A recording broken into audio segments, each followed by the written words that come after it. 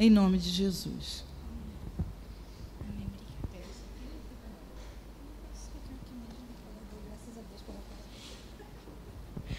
Boa noite, a paz do Senhor. Primeiro eu quero agradecer pelo aparador, porque eu sou um pouco baixinha para o púlpito. A primeira coisa que eu quero falar, vendo o vídeo do pastor de Arapiraca, é que eu imagino como ele, de fato, deve se sentir, sendo amparado, sendo cuidado, recebendo orações, ofertas. E eu acho que talvez daqui eu seja uma das poucas pessoas que imagina de fato o que ele sente. Então, as orações, as ofertas e o apoio que ele recebe, de fato, são muito importantes. E é por isso que eu queria afirmar mais uma vez a palavra da Leila. Orar por ele, pela família dele, antes até de enviar a oferta. Talvez seja uma das coisas mais importantes que ele vai ouvir e vai receber. Na verdade, a gente não sabe muito explicar quando a gente recebe uma mensagem, um e-mail, ou alguém fala assim para a gente: eu estou orando por você. Continua que eu estou orando por você. Isso é muito importante para um missionário. Então, continuar orando e abençoando ele com a oferta, com as telhas que a igreja precisa. E a família dele é realmente muito, muito, muito importante.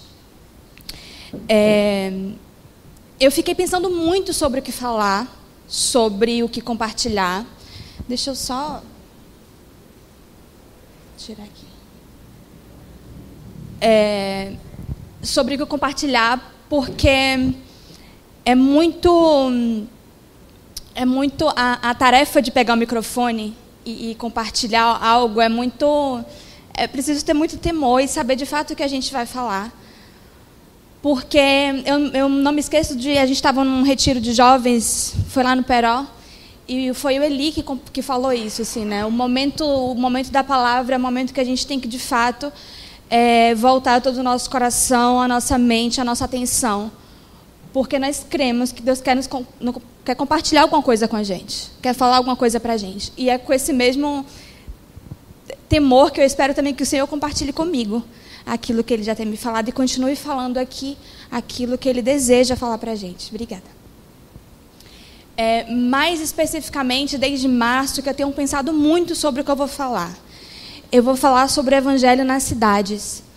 E março foi quando, na verdade, eu acho que eu comecei a pensar mais especificamente nisso, porque foi quando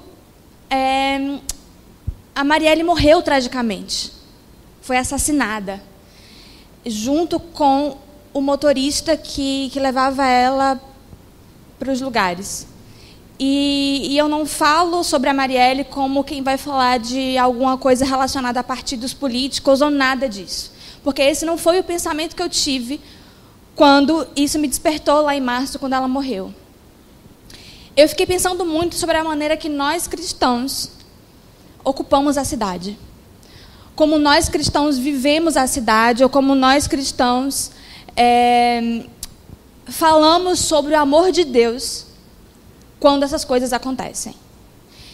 E foi muito triste aquela semana, especialmente porque eu lembro que no domingo daquela semana, ela morreu na quarta ou na quinta, e no domingo eu fui convidada para falar na igreja em Volta Redonda, e o tema era esperança. E no dia que eu parei para escrever o que eu iria falar, foi o dia que ela morreu. E aí eu escrevi para uma amiga minha que me convidou e falei assim: agora, como é que a gente fala sobre esperança justamente nessa semana em que a gente não vive nada sobre esperança? E foi um desafio enorme.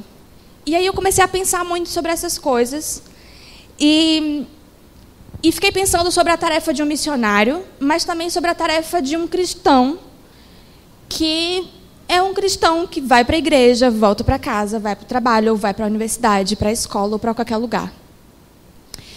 E quando a gente pensa em missionário, eu já ouvi muito isso por causa da minha aparência, por causa do meu tamanho, porque eu pareço ser muito mais nova do que eu sou. E às vezes as pessoas olham para mim e falam assim: não, você não tem cara de missionária. Aí eu pergunto: qual é a cara de missionário? Uma vez um estudante falou para mim que eu estava esperando uma tia com coque e saia longa levantar, e de repente levantou e procurando cadê o missionário. E aí, quando a gente pensa em missões, ou a figura de um missionário, é aquele missionário que vai para a África, ou aquele missionário que vai para tribos indígenas, ou vai falando de Brasil, vai para o sertão. Eu não falei na hora que eu peguei o microfone, mas eu sou baiana. E eu acho que algumas pessoas até pensam assim, você é missionária, é baiana, e por que você veio morar no Rio? O sentido não é oposto? Não é um missionário que sai do Sudeste e vai para o Nordeste? O que você está fazendo aqui, né? O lugar de missionário não é justamente de onde você saiu? E uma certa vez, eu ouvi uma menina falando assim, eu ouvi você falar e achei uma bênção, mas quando você falou que você era baiana, eu achei melhor ainda. E eu fiquei assim, tentando entender. E ela disse, não, porque lá na Bahia não devem ter muitos cristãos, né? Aí eu falei, uau, pensei, né? Uau, a gente precisa conhecer mais o nosso país. Porque, sim, tem muitos cristãos na Bahia. Tem muitas igrejas. É um estado de maioria cristã, inclusive. E aí, ao longo desses 7 anos que eu moro aqui no Rio, eu já ouvi muitas coisas relacionadas a isso. Né? Assim, você é missionária nordestina e mora aqui no Rio de Janeiro. Porque a figura que a gente tem de um missionário é um missionário que sai de uma cidade grande, vai para o Nordeste, vai para o sertão ou vai para a África. Essa é a figura de um missionário.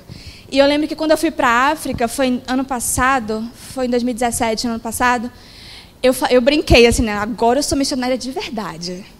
Se fui para a África, tenho um selo de missionária. Assim, agora ninguém pode dizer que eu não sou missionária. E fui para 2 países. Agora sim, eu sou missionária de verdade.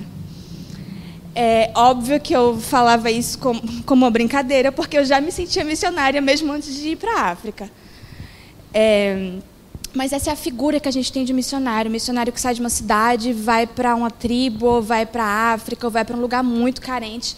E óbvio que isso não é mentira, isso é verdade.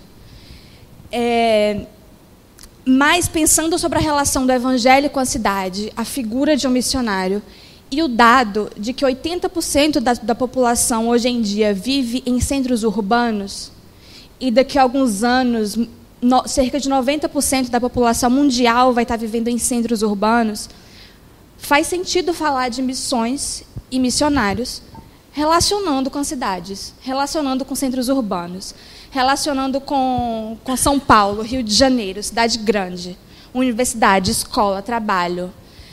A figura de um missionário, ou o trabalho de um missionário precisa ir além de um missionário que sai do seu lugar como aquele missionário que é um herói e vai para o sertão e passa fome, dorme no chão, ou vai para a África, corre o risco de pegar malária. E a gente precisa transferir a figura desse missionário que a gente criou para um missionário real, aquele missionário que também dorme numa cama confortável, aquele missionário que não necessariamente vai morrer de fome.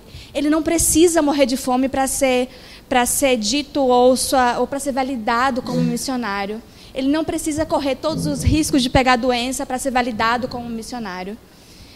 Porque, como Leila bem falou, nós precisamos pensar em missões, porque nós cremos que Deus nos enviou para, a partir do momento que a gente vai, compartilhe o Evangelho. Esse texto fala sobre o verbo estar indo, né? Enquanto você vai, pregue o Evangelho. Não está falando sobre um momento exato da vida, não está falando sobre um tempo específico, não está falando sobre a carreira de uma pessoa, mas está falando sobre o exercício de todo cristão. E eu comecei a pensar mais ainda sobre essa coisa de cidade e evangelho, quando João Pernas ele pregou alguns domingos atrás, eu não lembro exatamente quando ele falava sobre Corinto. E falava que a gente podia relacionar completamente a cidade de Corinto com qualquer cidade contemporânea. Porque os problemas e as questões que a cidade de Corinto vivia, a gente pode conseguir relacionar, inclusive, com Niterói. Por quê? As cidades são importantes porque ele falava sobre ser centro econômico, sobre ser importante economicamente. Falava sobre Corinto, porque Corinto também era importante, porque era uma cidade que vivia arte, tinha um grande teatro e tinha artistas, pessoas que viviam de arte. Era uma cidade que era moralmente depravada. E aí ele falava assim, qualquer semelhança não é uma coincidência. E por ser uma cidade portuária, ser uma cidade portuária e tem muita prostituição. A gente também pode encontrar isso em qualquer cidade portuária brasileira. E é importante pensar em cidades justamente porque as cidades são os centros onde muitas coisas acontecem.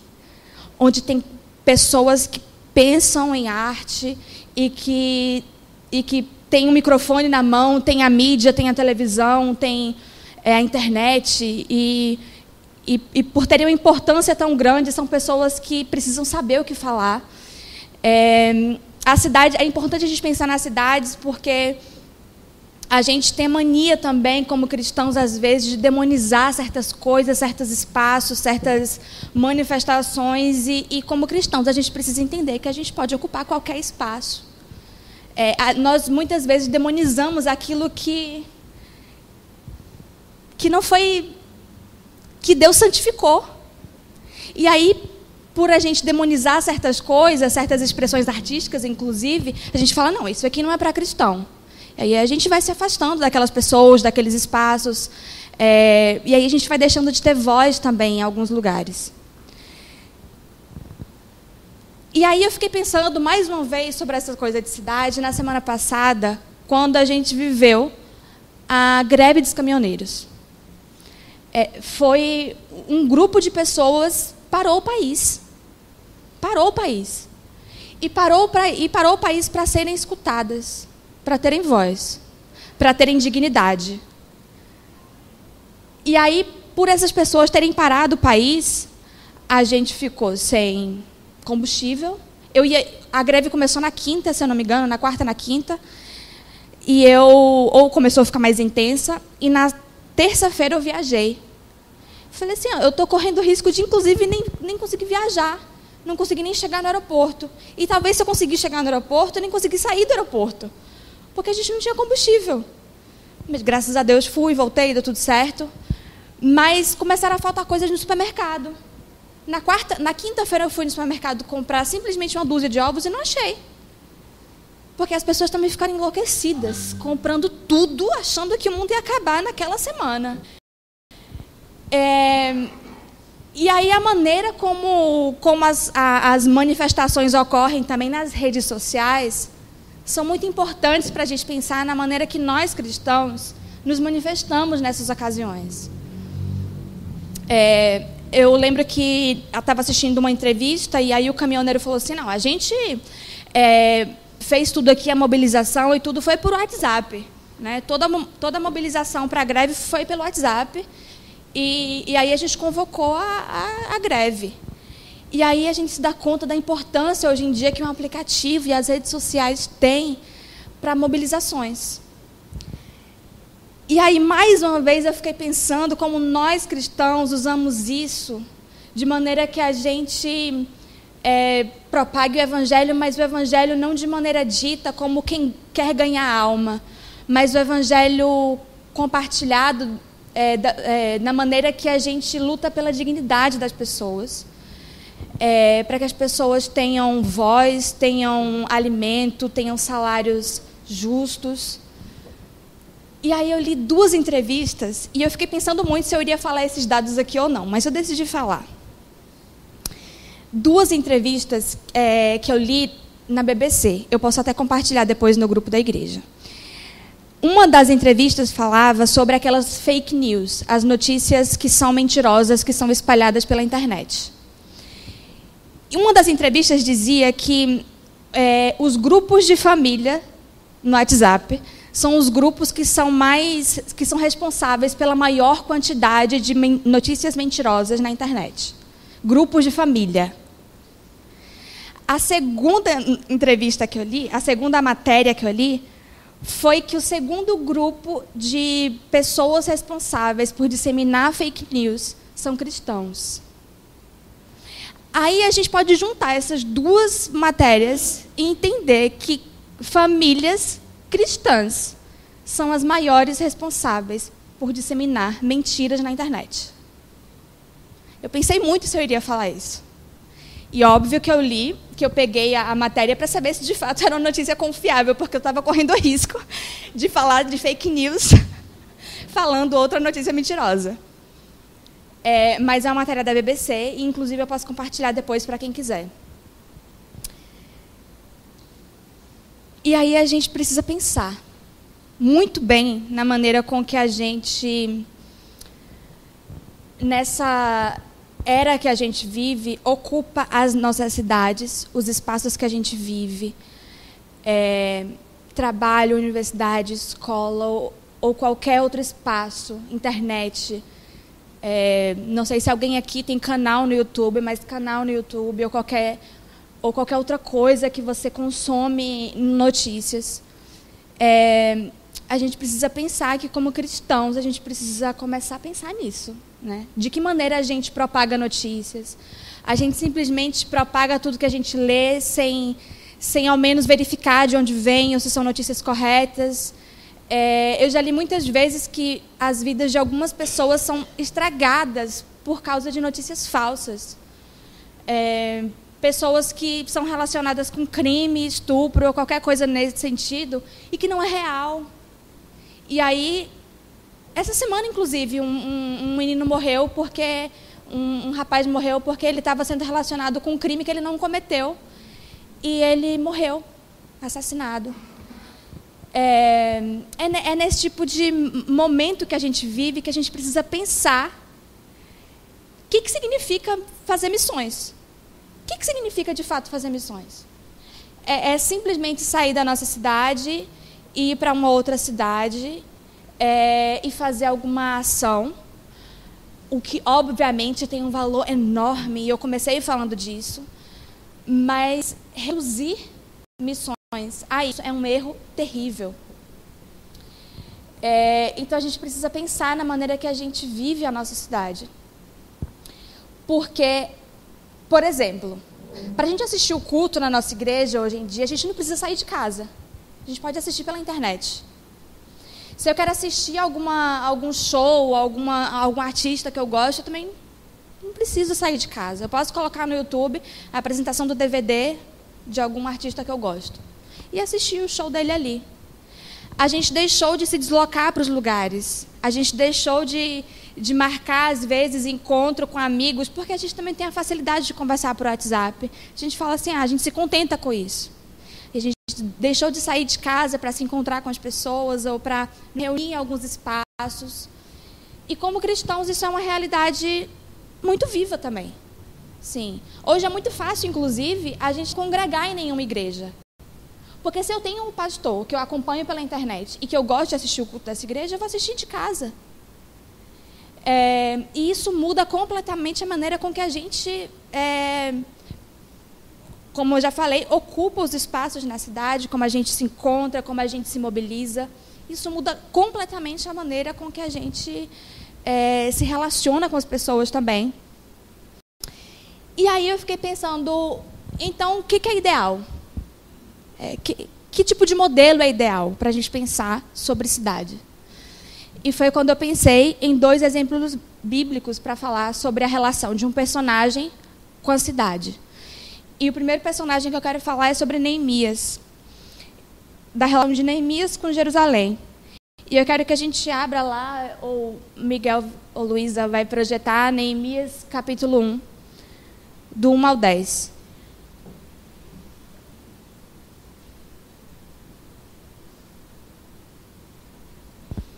A história de Neemias é muito conhecida. Eu não vou ler a história toda, mas eu vou ler do versículo 1 ao 10. A minha versão é NVI, eu acho que essa versão também aí é NVI. A partir do versículo 1. Palavras de Neemias, filho de Acalias. No mês de Quisleu, no 20º ano, enquanto eu estava na cidade de Suzã, Anani, um dos meus irmãos, veio de Judá com alguns outros homens. E lhes perguntei acerca dos judeus que restaram, os sobreviventes do cativeiro, e também sobre Jerusalém. E eles me responderam: aqueles que sobreviveram ao cativeiro e estão lá na província passaram por grande sofrimento e humilhação. O muro de Jerusalém foi derrubado e suas portas foram destruídas pelo fogo. Quando ouvi essas coisas, sentei-me e chorei. Passei dias lamentando-me, jejuando e orando ao Deus dos céus. E então eu disse: Senhor, Deus dos céus, Deus grande e temível, fiel à aliança e misericordioso com os que te amam e obedecem aos teus mandamentos. Que os teus ouvidos estejam atentos, os teus olhos estejam abertos para a oração que o teu servo está fazendo diante de ti, dia e noite, em favor de teus servos, o povo de Israel. Confessa os pecados que nós, os israelitas, temos cometido contra ti. Sim, eu e meu povo temos pecado. Agimos de forma corrupta e vergonhosa contra ti. Não temos obedecido aos mandamentos, aos decretos e às leis que deste ao teu povo, a Moisés, que deste ao teu servo Moisés. Lembra-te agora do que disseste a Moisés, teu servo. Se vocês forem infiéis, eu os espalharei entre as nações. Mas, se voltarem para mim, obedecerem aos meus mandamentos e os puserem em prática, mesmo que vocês estejam espalhados pelos lugares mais distantes debaixo do céu, de lá eu os reunirei e os trarei para o lugar que eu escolhi para estabelecer o meu nome. Estes são os teus servos, o teu povo. Tu os resgatastes com grande poder e com teu braço forte. Senhor, que os teus ouvidos estejam atentos à oração que o teu servo,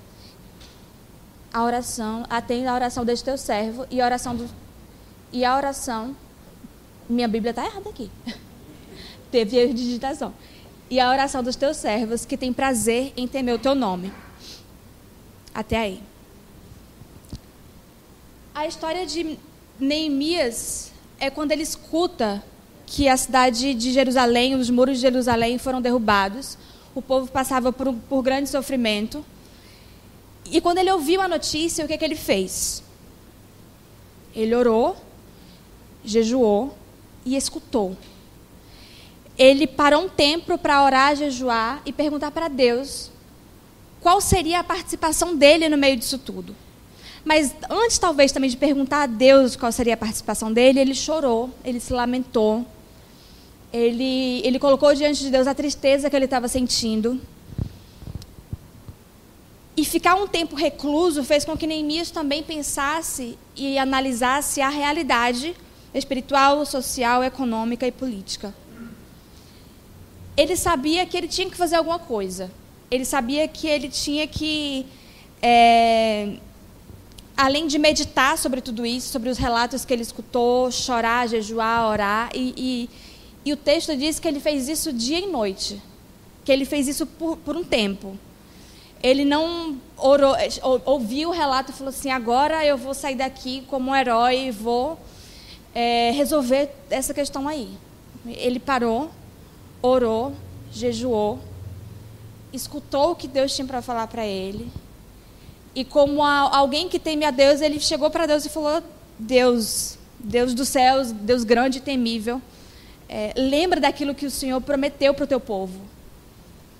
Como alguém que teme ao Senhor e conhece a palavra de Deus e a história de Deus com o povo, ele foi dessa maneira orar. Foi dessa maneira que ele foi jejuar. Então ele ouviu a notícia e ele se permitiu sentir a dor que aquele povo passava. Ele se permitiu sentir a dor pela falta de dignidade, pela tristeza, pela destruição.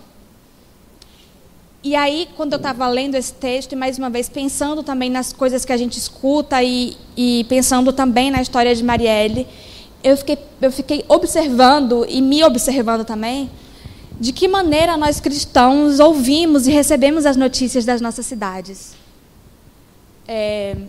E essa história aconteceu aqui do lado. E aí eu fiquei observando e me permitindo também sentir algumas coisas, né? E foi muito triste observar a maneira com que nós cristãos nos posicionamos naquela semana. Foi disseminando notícias falsas sobre uma pessoa que não estava mais aqui para se defender. foi acusando uma pessoa que não mais estava aqui. Inclusive, a despeito de todas as questões políticas que envolveram, e a gente não pode se esquecer disso, olhando para ela simplesmente como uma bandeira que a gente às vezes não concorda, e por enxergarmos aquela mulher como uma bandeira que a gente não concorda, a gente se sente no direito. E eu falo a gente porque não há como falar de cristãos sem a gente se colocar também nesse grupo. E aí eu fiquei pensando sobre a maneira ideal que a gente deve sentir e fazer os nossos comentários ou as coisas que a gente deseja expressar. Então, a primeira coisa que Neemias me ensina é que a gente, ao ouvir alguma coisa, a primeira coisa que a gente precisa fazer é parar, orar, jejuar, colocar diante de Deus também as tristezas que a gente sente, indignação, e nos permitir que o Senhor fale com a gente aquilo que Ele deseja falar sobre tudo isso. Porque Ele falou para Neemias algumas coisas.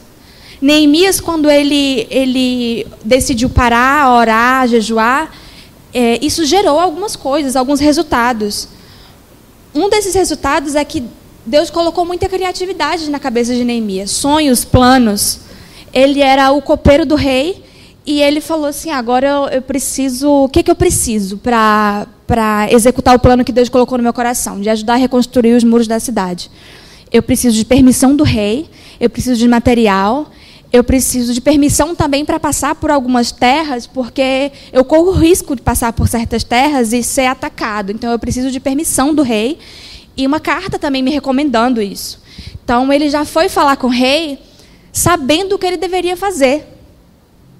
E aí, quando ele vai falar com o rei, o texto fala assim, eu não vou ler agora, mas aí depois que vocês quiserem, está no capítulo 2, quando ele decide falar com o rei, o texto, antes do início, ele fala assim, cheio de medo, eu decidi falar com o rei. O texto não fala que ele precisou ser despido do medo para colocar o plano em execução. O texto diz que, cheio de medo, ele foi falar com o rei, pedir permissão, material. E o rei falou assim, eu te dou a carta, te dou material, você vai precisar de recursos humanos também, eu libero gente para ir com você. E esse foi o resultado de Neemias ter parado e orado e jejuado. Deus concedeu uma visão a Neemias, uma visão muito clara do que Neemias deveria fazer. Neemias tinha muito certo o que ele deveria fazer. Ele sabia que ele deveria separar famílias, cada família iria reconstruir o muro na frente da sua casa, ele iria separar também homens para ficarem na retaguarda. Ele já sabia, inclusive, o que ele iria fazer se esse plano desse errado e se eles fossem atacados. Então, Deus concedeu uma visão muito clara para Neemias sobre o que ele deveria fazer. E ele transformou a visão de Neemias em um projeto ministerial. Porque não necessariamente uma visão quer dizer um projeto ministerial. Ele poderia ter dado para Neemias a visão e Neemias, por conta do medo, ter falado assim, esse negócio não é comigo, eu não tenho dinheiro, não tenho material, eu não sei se meu rei vai me liberar. Mas o texto diz que ele foi cheio de medo e o rei concedeu tudo para ele que ele deveria. E a visão, nesse momento, se transformou em um projeto ministerial. Então, sem o conhecimento da realidade, a suposta visão não passa de um sonho ou um devaneio. Depois, com a disposição de um projeto compartilhado, pois quem melhor sabe o que é preciso fazer são os que sentem a dor na própria pele. Ver mais longe quem ouve mais. Então, nesse momento, Neemias ouviu a Deus, e por ter ouvido a Deus, ter sentido a dor do povo, ele sabia exatamente o que ele deveria fazer. Então, ele viu muito além daquilo que ele tinha nas próprias mãos. Ele viu muito além do que todas as limitações que ele tinha também. Então, a visão que Deus deu para Neemias se transformou em um projeto ministerial. E Deus usou a visão e o projeto ministerial de Neemias, que ele mesmo concedeu a Neemias, para reconstruir a cidade. E a reconstruir a cidade significava devolver a dignidade de um povo. Um povo que estava devastado porque o muro significava muito isso, né? O povo, uma cidade sem um muro era uma cidade que estava vulnerável, uma cidade que e muitas coisas aconteciam nos portões das cidades, a luta de órfãos e viúvas, muitas coisas aconteciam nos portões da cidade.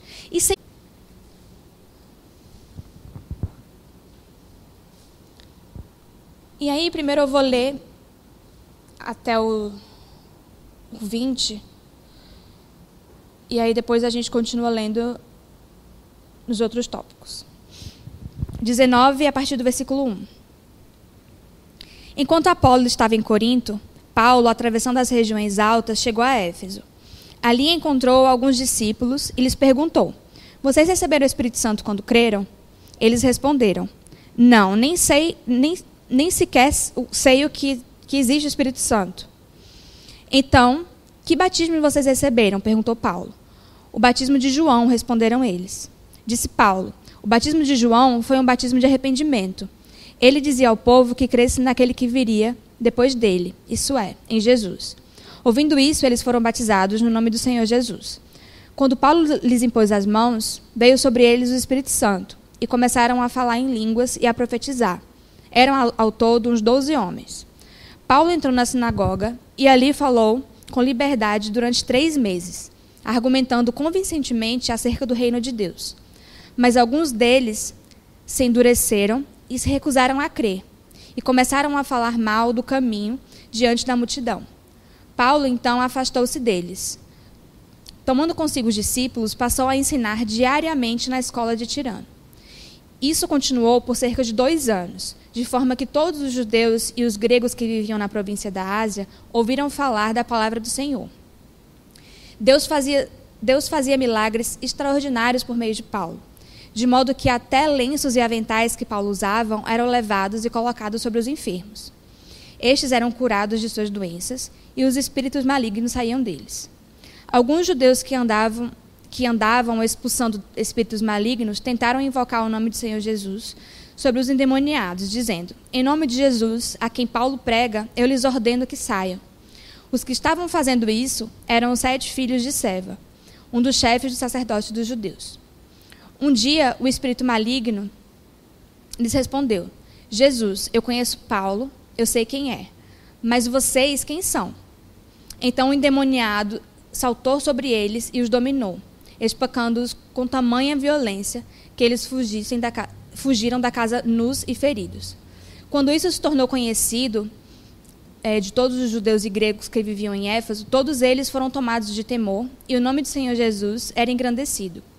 Muitos dos que creram vinham e confessavam e se declaravam abertamente suas más obras. Grande número dos que vinham tinham praticado ocultismo, reuniram seus livros e os queimavam publicamente. Calculando o valor total, esse chegou a 50.000 dracmas. Dessa maneira, a palavra do Senhor muito se difundia e se fortalecia.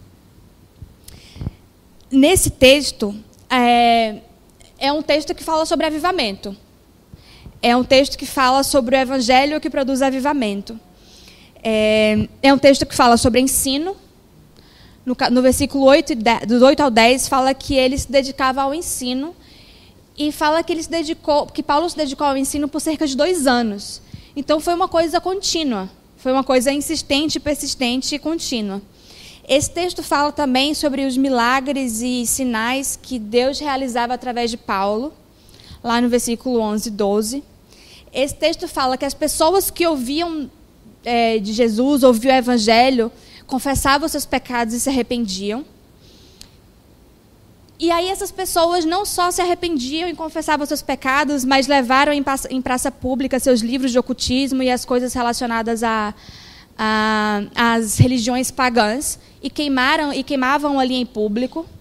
ou seja, um avivamento que também produzia ações decisivas e vistas por todo mundo. E o versículo 20 fala sobre que foi dessa maneira que o evangelho foi propagado. Foi dessa maneira que o evangelho foi difundido. Então, o texto fala de um avivamento que não é um avivamento que está recluso, está relacionado com um grupo de pessoas dentro de uma sala. Com um grupo de pessoas que adora em um lugar fechado. Mas um avivamento que produz mudança. Porque não existe, na verdade, avivamento sem mudança, sem transformação. E aí eu preciso falar que, né, na história de muitos avivamentos que a gente pode ler, muitos desses avivamentos começaram em universidades. Muitos desses avivamentos começaram com estudantes universitários e se propagavam pela cidade e alguns deles, inclusive, em lugares fechados e como sociedades secretas. E aí depois geravam transformação, porque o evangelho era disseminado, propagado. E é dessa maneira que esse texto fala sobre um personagem que ensinava, que obedecia a Deus através do ensino, através de sinais, milagres. E dessa maneira ele ajudava o evangelho a se propagar nessa cidade. Esse texto também fala sobre o evangelho que produz solidariedade. E aí eu queria que a gente lesse os versículos 21 e 22.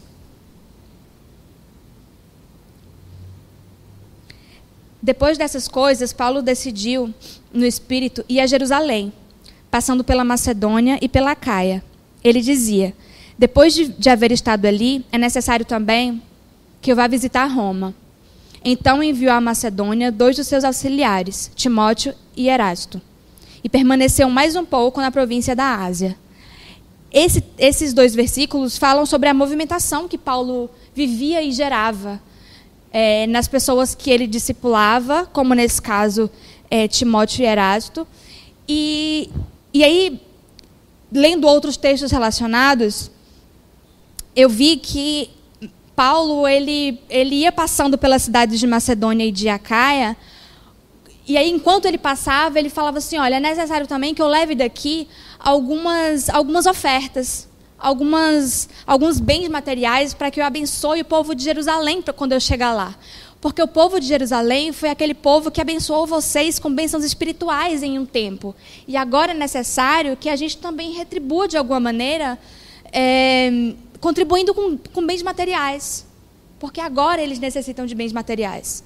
Então, Paulo meio que faz esse intermédio entre pessoas que necessitam e pessoas que têm algum bem e que podem abençoar uns aos outros. E enquanto ele vai passando pelas cidades, ele vai fazendo esse intermédio de pessoas que podem ofertar. E ele não tem pudor nenhum em falar sobre essas coisas, inclusive para ele mesmo. Se eu não me engano, no livro de Tito, ele fala assim: olha, eu estou chegando aí, e por favor, prepare uma casa, prepare uma cama, eu vou precisar disso, vou precisar daquilo. Então, assim, ele não tem pudor nenhum sobre falar daquilo que ele necessita ou daquilo que as outras pessoas necessitam para viver o ministério dele, enquanto ele vai. E é dessa maneira que ele movimenta toda uma cidade. É dessa maneira que ele, à medida que ele ensina, à medida que ele discipula, à medida que ele propaga a palavra de Cristo através de sinais e milagres, essa cidade ela foi sendo avivada. O evangelho, por ser a verdade de Deus, tem o poder de persuasão também. E aí os versículos que a gente vai ler a partir de agora são muito interessantes para a gente pensar na maneira que, entendendo a importância de uma cidade, a maneira como, e aí lembrando do que João falou sobre Corinto, né? A importância econômica e social, artística, as questões sociais que envolvem o que as cidades têm, como, naquele caso, ele falava sobre ser uma cidade portuária, a maneira como o evangelho gera impacto em uma cidade. E aí, a maneira que o avivamento causou transformação não só nos indivíduos, quando eles confessavam, se arrependiam e queimavam as coisas que relacionavam com as religiões pagãs, mas a transformação do indivíduo que se manifesta na transformação social, na transformação de uma comunidade, de uma cidade. E aí, no versículo 23, do 23 ao 29, esse texto fala sobre isso. O evangelho que, por ser a verdade de Deus, produz transformação social. Naquele tempo, houve um grande tumulto por causa do caminho.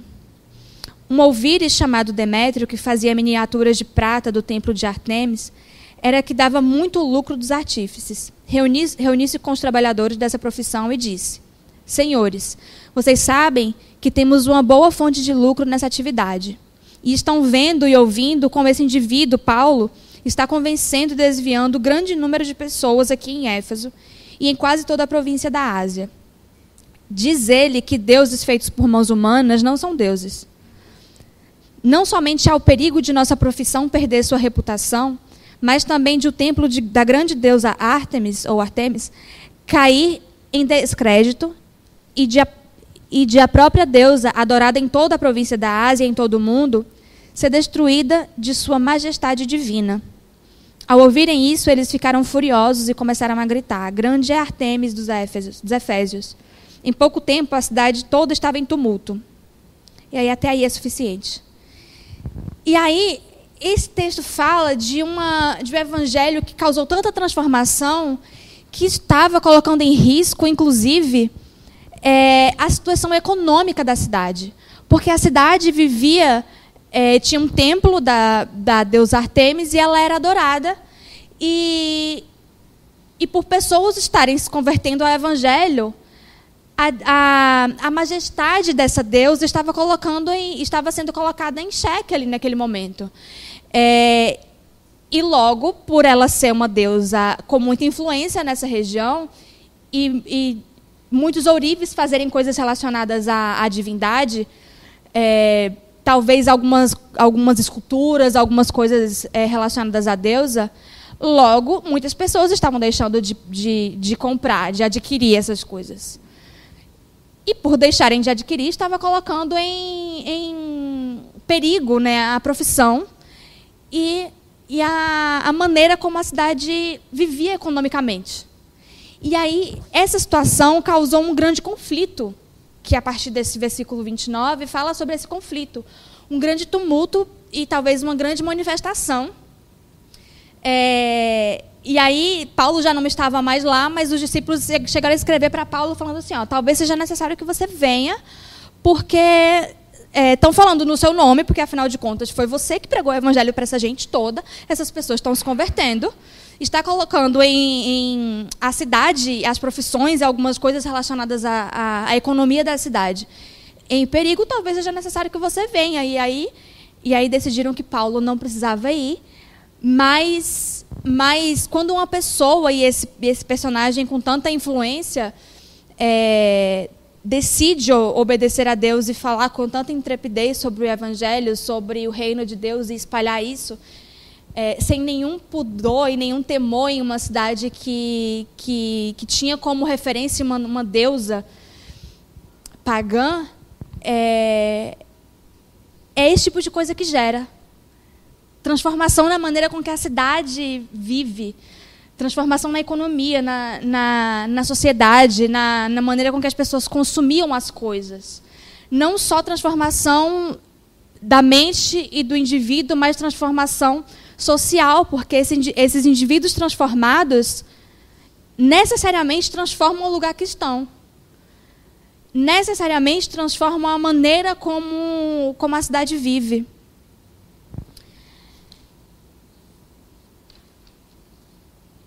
E aí eu fiquei pensando sobre o que tem a ver crescimento do evangelho com transformação. Crescimento do evangelho no nosso país, inclusive.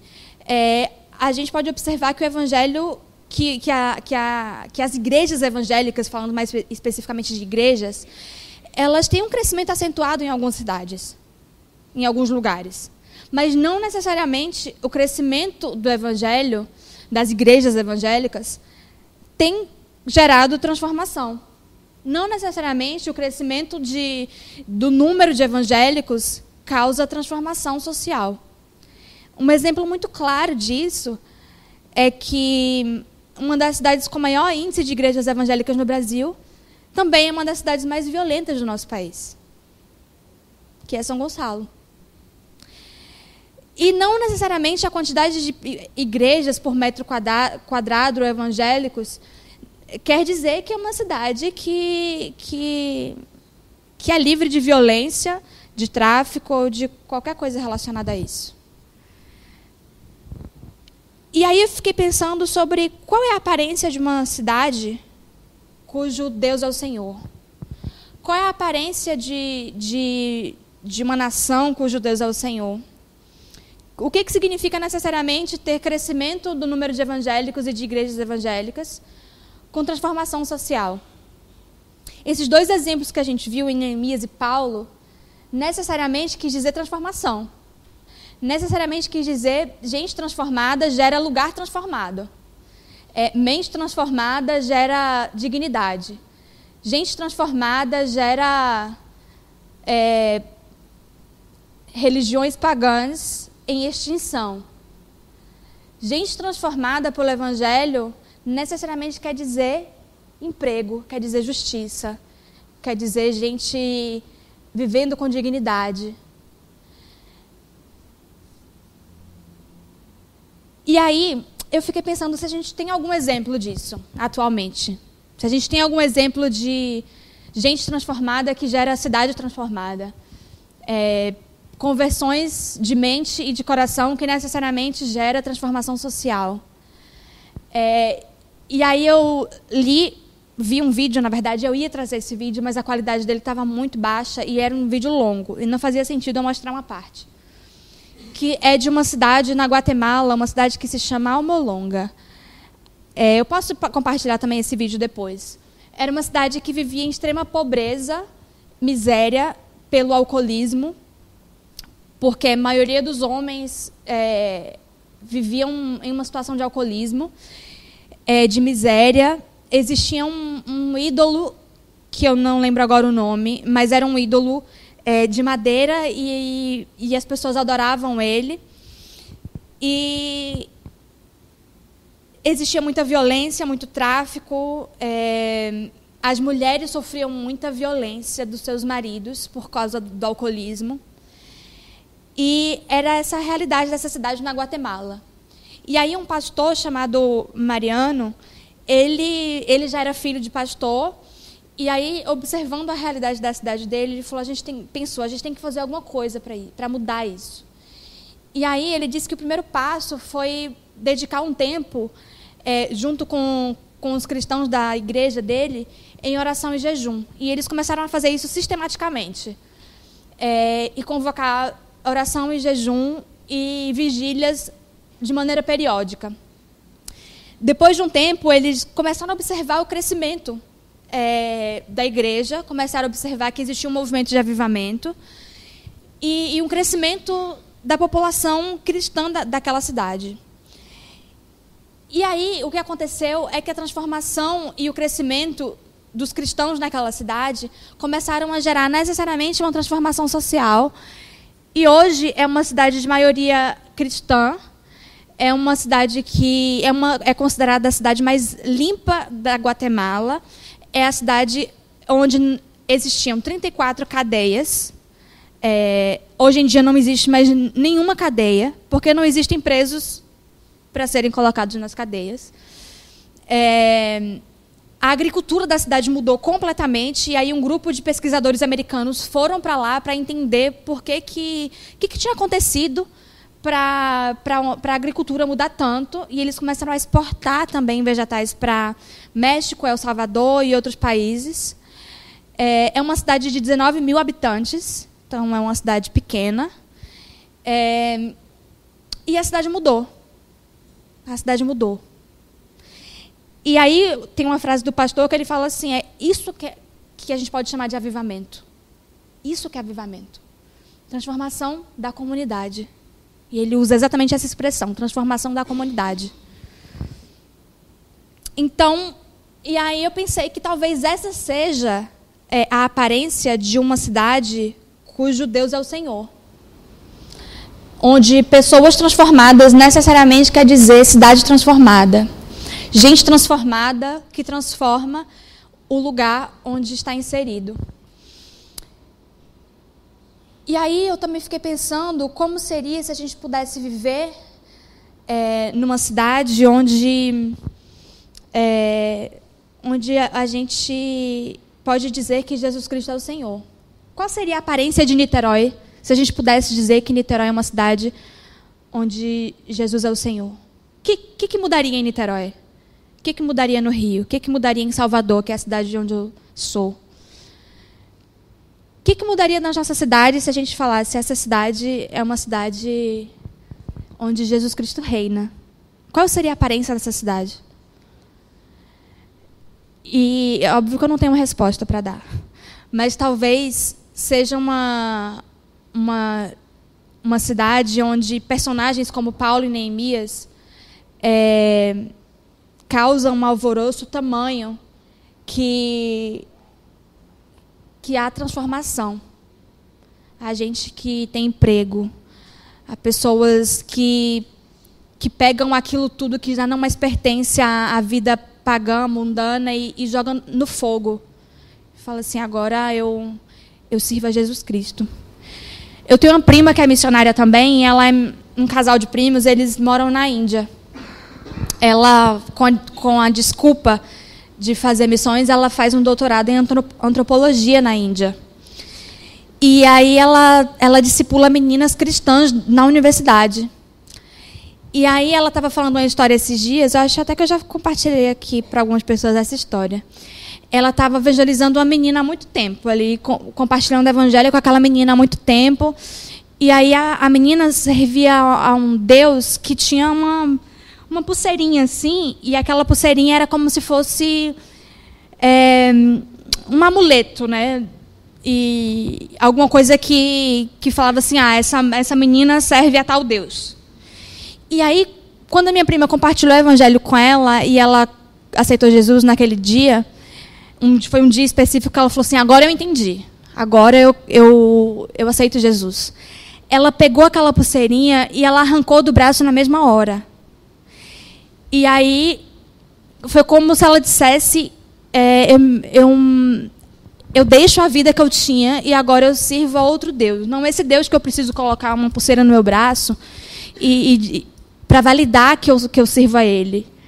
E aí ela arrancou a pulseira na mesma hora. É desse tipo de transformação, né? Gente que entende que precisa deixar um tipo de vida e encontrar um novo tipo de vida. E é por esse tipo de coisa que a gente precisa orar, para ver transformação em gente, mas para ver transformação em gente que ocupa lugares. Gente que transforma comunidades, cidades. E aí, eu queria já terminar e orar também para que Deus nos ensine a fazer isso. Porque a gente não sabe fazer isso. A gente não sabe de que maneira a gente vai, como cristãos que vivem nessa era, que usa a internet para tudo, WhatsApp, Facebook e todas as coisas que a gente utiliza no nosso celular, de que maneira nós cristãos precisamos mudar a nossa relação com isso aqui, para que a gente não compartilhe mais notícias falsas. E para que nós cristãos não sejamos mais os responsáveis por disseminar mentiras na internet. Porque se essa é a maneira que, se pela internet nós temos vivido a maior parte das nossas relações hoje em dia, a gente precisa encontrar uma maneira de viver o cristianismo através disso. E não demonizar isso daqui. Mas encontrar uma maneira de disseminar a verdade do evangelho a partir da internet. A partir das coisas que a gente tem. E pensar e fazer uma avaliação mesmo. Sim, recebi uma notícia, vou compartilhar. Mas espera aí, essa notícia é verdade? Ela é real?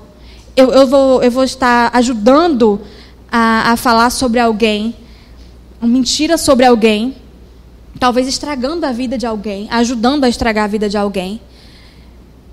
De que maneira a gente pode usar as coisas que a gente tem hoje em dia com muito temor a Deus para que a gente seja reconhecido como um povo que contribui, um povo que muda as relações das nossas cidades, a maneira com que a gente ocupa os espaços, a maneira com que a gente contribui para a restauração das nossas cidades, para que a gente viva em um lugar que a gente pode olhar e observar. Essa cidade tem a aparência de uma cidade que Jesus Cristo é o Senhor.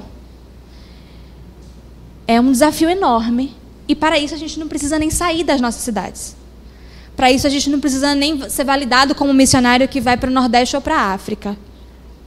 Para isso a gente só precisa orar, pedir muita direção de Deus e entender qual é a maneira que a gente vai fazer isso. Mas a gente não precisa falar assim, eu não tenho tempo. Tenho tempo de viajar. Não tenho tempo para ir esse negócio em outubro que vai ter lá em Arapiraca. Ok, talvez você não tenha mesmo. E quem tem, por favor, vá. Mas quem não tem, de que maneira eu posso ajudar nessa ação? De que maneira eu posso, talvez, fazer um texto e compartilhar com algumas pessoas por WhatsApp? Pedindo, talvez, ofertas também para isso. A gente passa muito tempo na internet. Existe uma pesquisa que diz que o brasileiro passa em torno de 8 horas na internet por dia. Eu não sei agora se é universitário ou se é o brasileiro de maneira geral. Mas, de qualquer maneira, talvez seja o universitário brasileiro. Então, de que maneira a gente vai usar isso para que o evangelho se espalhe? Porque